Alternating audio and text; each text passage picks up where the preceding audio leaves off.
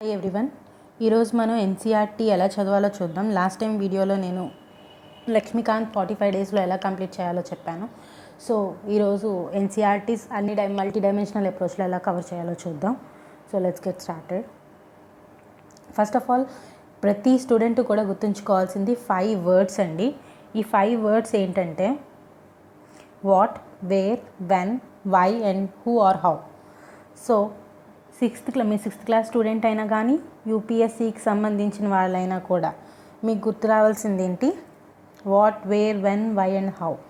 So suppose మీరు green revolution కోసం చదువుతున్నారు అనుకుందాం. వాట్ ఈజ్ గ్రీన్ రెవల్యూషన్ అండి?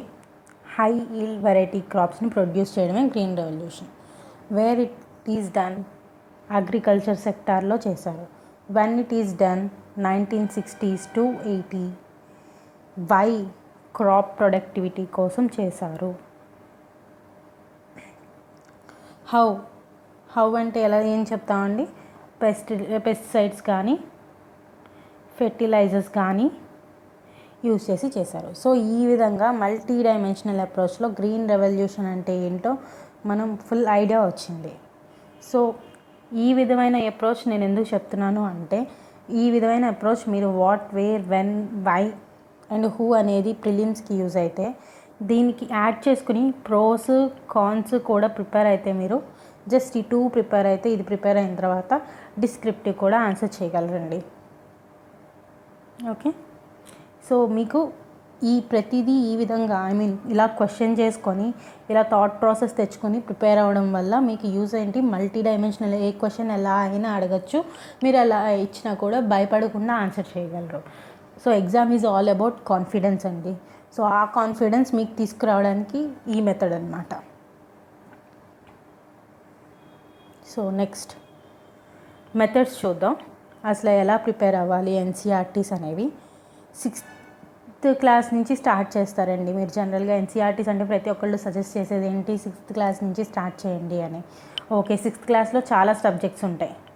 మీరు ఏం చేస్తారు? జనరల్గా కొంతమంది ఏం చేస్తారు అంటే హిస్టరీ చదివేసి, పాలిటీ చదివేసి, నెక్స్ట్ సైన్స్ చదివేసి, ఎకనామిక్స్ ఉండదు, సోషల్ స్టడీస్ చదివేసి, ఇలా జోగ్రఫీ అనమాట. ఇక్కడ జోగ్రఫీ స్టడీ చదివేసి మళ్ళీ 7th క్లాస్కి వెళ్తూ ఉంటారు.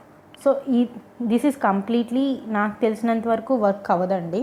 సో నా ప్రొసీజర్ ఏంటంటే, నేను సొంతంగా అప్లై చేసి సక్సెస్ అయిన ప్రొసీజర్ ఏంటంటే, 6th క్లాస్లో నేను హిస్టరీ సెలెక్ట్ చేసుకున్నాను సబ్జెక్ట్. సో నా సపోజ్ హిస్టరీ తీసుకున్నాను అనుకో, నాకు పాలిటీ ఇంట్రెస్ట్. సో నేను పాలిటీ తీసుకున్నాను అనుకో, పాలిటీ 12th స్టాండర్డ్ వరకు కంప్లీట్ చేసేసానండి. ఫస్ట్ నేను పాలిటీ జనరల్గా 11th 12th నుంచి మీకు ఐడియా ఉంటుంది, మధ్యలో అంత ఉండదు. సో హిస్టరీ తీసుకున్నాను బెస్ట్ ఎక్స్ప్లెనేషన్ కోసం నేను ఇక్కడ. బట్ నేను స్టార్ట్ చేసింది అయితే polity. So history 6th standard నుంచి 12th స్టాండర్డ్ వరకు కంప్లీట్ చేసేసానండి మొత్తం. ఆ తర్వాత ఇది మొత్తం ఒకసారి అయిపోయిన తర్వాత సో ఏం చేశాను, 6th తీసుకున్నాను, ఒక సబ్జెక్ట్ చూస్ చేసుకున్నాను, 12th వరకు కంప్లీట్ చేశాను. ఆ తర్వాత మళ్ళీ ఇదే ప్రొసీజర్ని రిపీట్ చేశాను. దేనికి? వేరే సబ్జెక్ట్ జోగ్రఫీకి. మళ్ళీ ఇదే సబ్జెక్ట్ ఇంకో వేరే సబ్జెక్ట్ తీసుకుని ఇదే రిపీట్ చేశాను. సో ఈ విధంగా చేయడం వల్ల ఏంటి లాభం అంటే, ఫ్లో పెరుగుతుందండి మనకి. సపోజ్ 6th నిన్న చదువుంటారు మీరు, 7th ఈరోజు చదువుతున్నారు. 7th సపోజ్ 6th చదివి హరప్పా చదివి ఈరోజు 7th హరప్పా చదివితే రీకాలింగ్ ఫ్యాక్టర్ ఎక్కువ ఉంటుంది, బ్రెయిన్కి గుర్తు చేసుకోవడానికి ఎక్కువ వీలు ఉంటుంది. సో ఈ విధంగా ఫాలో అయినప్పుడు ఫ్లో కంటిన్యూటీ ఉంటుంది, మీకు ఒక సబ్జెక్ట్ కంప్లీట్ చేశానన్న సాటిస్ఫాక్షన్ కూడా ఉంటుంది. అందువల్ల ఈ విధంగా ప్రిపేర్ అవ్వండి. This is the best thing. ఎందుకంటే నేను సొంతంగా అప్లై చేసి చూశాను కాబట్టి మీరు కూడా ట్రై చేయండి. ట్రై చేయక్కర్లేదు, మీరు అప్లై చేయొచ్చు, డైరెక్ట్గా చెప్తున్నాను. అండ్ నౌ ఇప్పుడు ఆల్రెడీ ఎన్సీఆర్టీస్ ఒకసారి చదివేసాం. ఇప్పుడు ఎలా చదివేసింది అసలు చదువుతున్నప్పుడు ఎలా రివిజన్ చేసుకోవచ్చో చూద్దాం. ఫస్ట్ ఆఫ్ ఆల్ హైలైట్ చేయండి. బుక్లో ఏ ఉన్నా సరే మీకు ఇంపార్టెంట్ ఏది అనిపించినా కూడా, ఇంపార్టెంట్ పాయింట్ అని మీ బ్రెయిన్ కనిపిస్తే చాలు, దాన్ని హైలైట్ చేసుకోండి. ఇలా హైలైట్ చేసుకున్న తర్వాత సపోజ్ ఎన్సీఆర్టీ బుక్స్ ఇప్పుడు 2 టైప్స్ ఉంటాయండి. ఒకటి హార్డ్ కాపీ, జనరల్గా మనం బుక్ చేతిలో పట్టుకుని చదువుకుంటాం కదా, అది సాఫ్ట్ కాపీ అయితే మీకు ఫాక్సిట్ అనే సాఫ్ట్వేర్ ఉంటుంది. అది హైలైటింగ్కి చాలా యూస్ఫుల్. అలాగే హార్డ్ కాపీ అయితే మీరు ఏదైనా హైలైటర్ తీసుకోండి, ఒక హైలైటర్ తీసుకొని హైలైట్ చేసుకోండి. సో బుక్ని హైలైట్ చేసుకోండి, మీరు చదివే ప్రతి టాపిక్లో ఇంపార్టెంట్ పాయింట్స్ని హైలైట్ చేసుకోండి. ఈ హైలైట్ చేసిన పాయింట్స్ని నోట్స్ తయారు చేసుకోండి. ఫస్ట్ ఇలా హైలైట్ చేసినప్పుడు ఫస్ట్ రివిజన్ అవుతుంది. ఇలా నోట్ మేకింగ్ చేస్తున్నప్పుడు బ్రెయిన్కి ఫస్ట్ రివిజన్ అప్పుడు ఏం చెప్తాం, ఇది ఇంపార్టెంట్ పాయింట్ అని రెండోసారి చూపిస్తాం బ్రెయిన్కి మనం, అప్పుడు కొంచెం గుర్తుపెట్టుకుంటుంది. నోట్ మేకింగ్ టైంలో రివిజన్ 2 అన్నప్పుడు మళ్ళీ ఇంకొకసారి అదే పాయింట్ మళ్ళీ చదివి మళ్ళీ రాసుకుంటాం మనం. సో అదేమవుద్ది, సెకండ్ టైం రివిజన్ అవుతుంది. నెక్స్ట్ థర్డ్ టైం రివిజన్ ఏంటంటే, మీరు ఇలా 3 పేపర్స్ ప్రిపేర్ చేసి ఉంటారు కదా notes, suppose 3 to 4 papers notes అవుతుంది. సో ఇలాగా ఉన్న ఈ పేజెస్ అన్నిటినీ ఒక పేపర్ మీద మైండ్ మ్యాప్ వేసుకోండి. మైండ్ మ్యాప్ ఎలా చేసుకోవాలి ఇప్పుడు మీకు ఒకసారి చిన్న ఎగ్జాంపుల్ చెప్తాను. సపోజ్ ఎకనామిక్ సెక్టర్స్ అని ఉండండి, ఎకనామిక్ సెక్టార్స్. ఇప్పుడు నేను ఎకనామిక్ సెక్టర్స్ అంటే మీకు తెలిసింది ఏంటి, అగ్రికల్చర్ ఉంటుంది, ఇండస్ట్రియల్ ఉంటుంది, అలాగే సర్వీస్ సెక్టర్ కూడా ఉంటుంది. దీన్ని ప్రైమరీ, సెకండరీ, టెరిషరీ కూడా అంటాం. సో నేనేంటి ఇలా ఒక మైండ్ మ్యాప్ ప్రిపేర్ చేసుకున్నాను. నేను ఏమన్నా రాసానా, ఏం రాయలేదు. పి అంటే ప్రైమరీ, ఎస్ అంటే సెకండరీ, టీ అంటే టెరిషరీ, ఈసెక్ అంటే ఎకనామిక్ సెక్టార్స్, ఏజీ అంటే అగ్రికల్చర్, ఇండస్ట్రియల్, సర్వీస్ అని చెప్పి ఇలా రాసుకున్నాను అంతే. దీనిలో నేను సెంటెన్స్ ఫార్మేషన్ చేయలేదు. సో ఇలా పిక్టోరియల్ రిప్రజెంటేషన్ ఎప్పుడైతే ఇస్తామో అది మన బ్రెయిన్కి బాగా గుర్తుంటుందన్నమాట. అండ్ లాట్ ఆఫ్ టైం కూడా సేవ్ అవుతుంది మనకి. ఎప్పుడైతే 3 పేపర్స్ చదివే టైంని ఒక పేజ్లో పెడతామో మనం చాలా ఈజీగా. అండ్ బ్రెయిన్కి ఏంటి, జస్ట్ ఒక వర్డ్ కనిపిస్తే దానికోసం రీకాల్ చేసుకోవడానికి ట్రై చేస్తుంది. ఇండస్ట్రియల్ సెక్టర్, ఆ ఇండస్ట్రియల్ సెక్టర్ అంటే ఏంటి, ఇండస్ట్రియల్ సెక్టర్ ప్రామినెన్స్ ఏంటి, ఇలా ప్రతిదీ రీకాల్ చేసుకోవడానికి చూసుకుంటుంది అనమాట. సో ఇలా మీరు ఒక మైండ్ మ్యాప్ ప్రిపేర్ చేసుకోండి. నెక్స్ట్ నిమోనిక్స్ అంటే ఏంటో చెప్తాను. స్టీరింగ్ కమిటీ అనుకోండి, సపోజ్ కాన్స్టిట్యూషన్లో మనకి స్టీరింగ్ కమిటీ అని ఉంటుంది. సో ఈ స్టీరింగ్ కమిటీ హెడ్ ఎవరు అని అడిగారు అనుకో, నేను వెంటనే రాజేంద్ర ప్రసాద్ అని చెప్పేయగలను. స్టీరింగ్ అంటే ఏంటండి, ఒక వెహికల్లో స్టీరింగ్ మనకి బస్ కదలడానికి అతి ముఖ్యమైన పార్ట్ ఏంటి, స్టీరింగ్. ఎందుకంటే డైరెక్షన్స్ అవి తిరగడానికి కావాలి కాబట్టి, ఒక టైర్ ఉంటే సరిపోదు, స్టీరింగ్ కావాలి కాబట్టి హ్యాండిల్ చేయడానికి. సో ఒక స్టీరింగ్ కావాలి కాబట్టి steering is the important thing in a vehicle. So ఈ మనకి ఒక రాజ్యానికి ఇంపార్టెంట్ పర్సన్ ఎవరు, రాజు మంచోడైతే ప్రజలు మంచోరు అవుతారు అని చెప్పి ఒక సామెత ఉంటుంది. సో రాజు. సో ఇలాగా ముఖ్యమైన వాళ్ళిద్దరిని కలుపుకున్నాను నేను, స్టీరింగ్ పొజిషన్లో రాజుని ఎంచుకున్నాను. సో ఇప్పుడు స్టీరింగ్ కమిటీ అని వెంటనే రాజేంద్ర ప్రసాద్ అని నాకు గుర్తొచ్చేస్తుంది.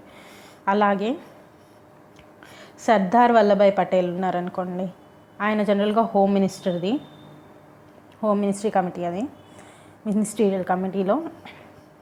నెక్స్ట్ ఆయన స్టేట్స్ అన్నిటినీ జాయిన్ చేయడానికి చాలా ఇంపార్టెంట్ రోల్ ప్లే చేశారనమాట. ప్రాముఖ్యత ఎక్కువ ఉంది. మన విడివిడిగా ఉన్న రాష్ట్రాలన్నింటినీ జాయిన్ చేసి ఒక దేశం కింద ఏర్పరచడంలో. సో ఆయనకి ఆయన అగ్రెసివ్ నేచర్, సో ఆయనకి హోమ్ మినిస్ట్రీ ఉంటుందని ఇలా గుర్తుపెట్టుకున్నాను అనమాట. సో మైండ్లో నేనేంటి ఒక స్టోరీ అల్లుకుంటున్నాను, లేకపోతే ఒక ఇమేజ్ క్రియేట్ చేసుకున్నాను. ఇందాక స్టీరింగ్, రాజు అని చెప్పి ఒక ఇమేజ్ క్రియేట్ చేసుకుంటున్నాను. ఇలా క్రియేట్ చేసుకోవడం వల్ల ఏమవుతుందంటే మనకి బ్రెయిన్కి గుర్తుంటుంది. బ్రెయిన్ ఎక్కువ పిక్చర్స్ని బాగా గుర్తుంచుకుంటుంది. సో ఆ విధానం గుర్తుంటుందన్నమాట. ఈ విధానంలో మనకి 3rd రివిజన్ అయిందండి. అంటే ఇప్పుడు మనం 3 పేజెస్ ఉన్న దాన్ని ఒక పేజ్కి తీసుకొచ్చాం. సో ఇది మీకు ఇంకా ఈజీగా కావాలంటే కీవర్డ్స్ అండి చాలా important and highest level of revision చెప్పచ్చు.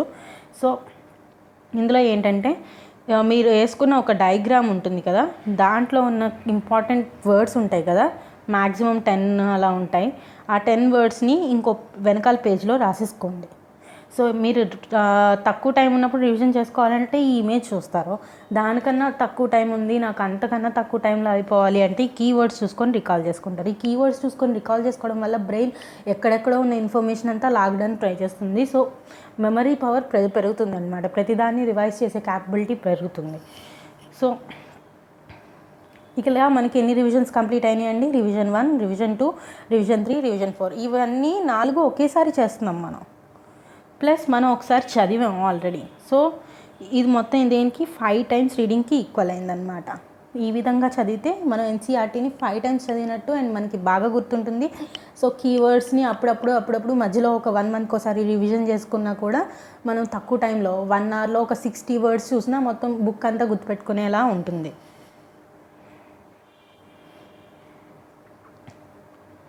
సో ఇక్కడ ఇమేజెస్ చూద్దాం. ఇవి ఇమేజెస్ అండి, నేను జనరల్గా ప్రిపేర్ అయిన ఇమేజెస్. ఇక్కడ చూసారంటే నేను హైలైట్ చేసుకున్నాను కొన్ని వర్డ్స్, అలాగే నేను ఇక్కడ కమెంట్ చేసుకున్నాను. ఇది సాఫ్ట్ కాపీ. అలాగే దీని ముందర ఏం జరిగిందో క్వశ్చన్ చేసుకుని ఆన్సర్ రాసుకున్నాను కూడాను. మీరు చూస్తే ఇలా చేసుకోవాలన్నమాట. ఎన్సీఆర్టీస్లో మీరు బుక్ మీద ఉన్న స్పేస్ ఎక్కడా వేస్ట్ అవనివ్వకండి, రాసేయండి. మీకేం అనిపిస్తే అది రాసేయండి.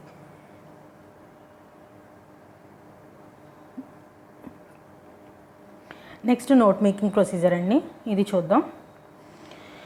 జనరల్గా ఇక్కడ నేను వేరే కలర్తో ఎక్స్ప్రెస్ చేశాను. ఈ వేరే కలర్ ఏంటంటే నాకు ఇంపార్టెంట్ పాయింట్స్ గుర్తుండడానికి. మనం ఎప్పుడు కూడా బుక్ని కలర్ఫుల్గా ఉంచుకుంటే మైండ్ తొందరగా అట్రాక్ట్ అవుతుంది, కలర్స్ని ఎక్కువ గుర్తిస్తుంది అనమాట మన మైండ్కి ఉన్న కెపాసిటీ.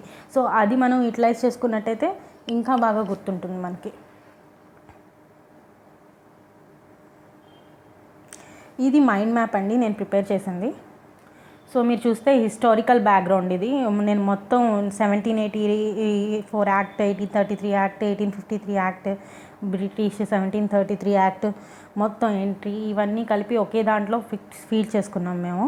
ఇలా ఫీడ్ చేయడం వల్ల క్రియేట్ చేసాం. ఇలా క్రియేట్ చేయడం వల్ల ఏమవుతుందంటే నేను వేరేగా చదవక్కర్లేదు, నాకు మొత్తం ఒక పేజ్లో అర్థమైపోతుంది అనమాట. దీనివల్ల బెనిఫిట్ ఇందాక మీకు చెప్పాను కదా, మైండ్ మ్యాప్ బెనిఫిట్ ఇదనమాట.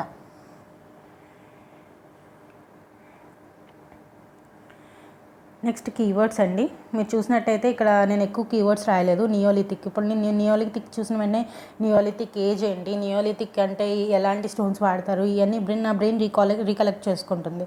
అలాగే ప్లెయిన్స్ అంటే ఎలా ఉంటాయి అనే ఇమేజ్ వస్తుంది నాకు బ్రెయిన్లో. ఇప్పుడు మెహర్గర్ అంటే అది ఉండే మ్యాప్ పొజిషన్ వస్తుంది. అలాగే పాస్టోలిజం అంటే hunting and depending on animals అని చెప్పి వస్తుంది. సో ఇలా అనమాట. విలేజెస్ అంటే ఇప్పుడు హరప్పన్ విలేజెస్ ఎలా ఉండేవో గ్రిడ్ వ్యూ, ఆ వ్యూ వస్తుంది నా బ్రెయిన్లో. So what is happening in my brain అది మీకు ఇప్పుడు చెప్తున్నాను అనమాట ఇవి చూసిన వెంటనే. సో నాకు ఇలా కొన్ని ఐడియాస్ వస్తున్నాయి. ఈ విధంగా బ్రెయిన్ రికలెక్ట్ చేసుకుంటుంది అనమాట. నువ్వు ఇది ఆల్రెడీ చదివావు, ఈ వర్డ్ ఇది ఎక్కడో చదివావు అని చెప్పి గుర్తు చేస్తూ ఉంటుంది మీకు. సో ఆ టైంలో మీరు ఇంకొంచెం ప్రెషర్ ఇచ్చారనుకోండి, మీరు ఇంకా డీటెయిల్గా తీసుకుంటారు డేటాని, బ్రెయిన్ నుంచి రికలెక్ట్ చేసుకుంటారు. ఇదండి ఎన్సీఆర్టీస్ ఎలా చదవాలి, ఏ విధంగా చదవాలి అనేది. ఐ హోప్ మీ అందరికీ అర్థమైంది అనుకుంటున్నాను. అండ్ ఇంకొక 2 more పాయింట్స్ ఉన్నాయి. ఈ టూ పాయింట్స్ ఏంటంటే, జనరల్గా మీరు ఎన్సీఆర్టీస్ చదువుతున్నప్పుడు చివరిలో ఈ బుక్ ఇలా బాక్స్లో వస్తాయండి, సంథింగ్ ఉంటుంది బాక్స్లో. అది ఇంపార్టెంట్ మ్యాటర్ అండి, చాలా ఇంపార్టెంట్. ఒక యాక్టివిటీ లేకపోతే ఒక డేటా ఏదైనా ఇచ్చుంటాడు. యాక్టివిటీ అయితే మీరు అంతా ఐడెంటిఫై చేసుకోక్కర్లేదు, కానీ డేటా ఇస్తే మాత్రం కంపల్సరీ చదవండి. బికాస్ దాంట్లో కొన్ని ఫ్యాక్ట్స్ ఉంటాయి. సో మీరు అది ఎప్పటికైనా మీకు గెయినే కానీ లాస్ అయితే కాదు. ఎలాగో పేజ్ అంతా చదువుతున్నారు, జస్ట్ ఆ బాక్స్ చదివితే ప్రాబ్లం ఏం రాదు. చాలామంది ఏమనుకుంటారంటే ఆ బాక్స్లో ఏముంటుందిలే అని చెప్పి వదిలేస్తారు. సో అలా వదలకండి, బాక్స్ కూడా చదవండి. మీకు ఐడియాస్ కూడా రావచ్చు, మేబీ దీన్ని ఇలా కంపేర్ చేయొచ్చు, దీన్ని ఇలా కంపేర్ చేసుకొని గుర్తుపెట్టుకోవచ్చు అనేది. వాళ్ళే అలా ఎగ్జాంపుల్స్ కూడా ఇస్తారు. సో ఇంకపోతే క్వశ్చన్స్ ఉంటాయండి ఎన్సీఆర్టీ వెనకాల. మీరు మొత్తం చదివేసిన తర్వాత 6th క్లాస్ అయితే బిట్స్ అవన్నీ ఉంటాయి. 11th 12th వచ్చేటప్పటికి క్వశ్చన్స్ ఉంటాయి. మీరు డిస్క్రిప్టివ్ అంటే ఆన్సర్ రేటింగ్ ప్రాక్టీస్ చేయడానికి కొత్త అయితే కనుక మీరు వీటితో స్టార్ట్ చేయండి. ఎన్సీఆర్టీ క్వశ్చన్స్తో స్టార్ట్ చేస్తే మీకు చాలా యూజ్ ఉంటుంది. సో ఈ విధంగా మీరు ప్రిపేర్ అవుతే ఎన్సీఆర్టీస్లో మీరు ఇంకా స్టాండర్డ్ బుక్స్కి ఇంకా ఫాస్ట్గా వెళ్ళగలరు. ఐ హోప్ మీకు ఈ వీడియో యూజ్ అవుతుంది అనుకుంటున్నాను. మీకు దీని మీద ఏమైనా డౌట్స్ ఉంటే కనుక ప్లీజ్ కమెంట్ ఆన్ దట్. నేను సాధ్యమైనంత వరకు ఈజ్ చేయడానికి చూస్తాను మీకు వచ్చే డౌట్స్ని ప్రిపరేషన్లో. Thank you for listening. And we're making this for మీకు ఎడ్యుకేషనల్ పరంగా ఒక రెవల్యూషన్ క్రియేట్ చేయడానికి, ఫ్రీ ఎడ్యుకేషన్ ఇవ్వడానికి ఏం పెట్టుకొని చేస్తున్నాము. సో మీరు మీ ఫీడ్బ్యాక్ ఇస్తూ ఉంటే మాకు ఇంకా ఎంకరేజింగ్గా ఉంటుంది. So please give us a feedback.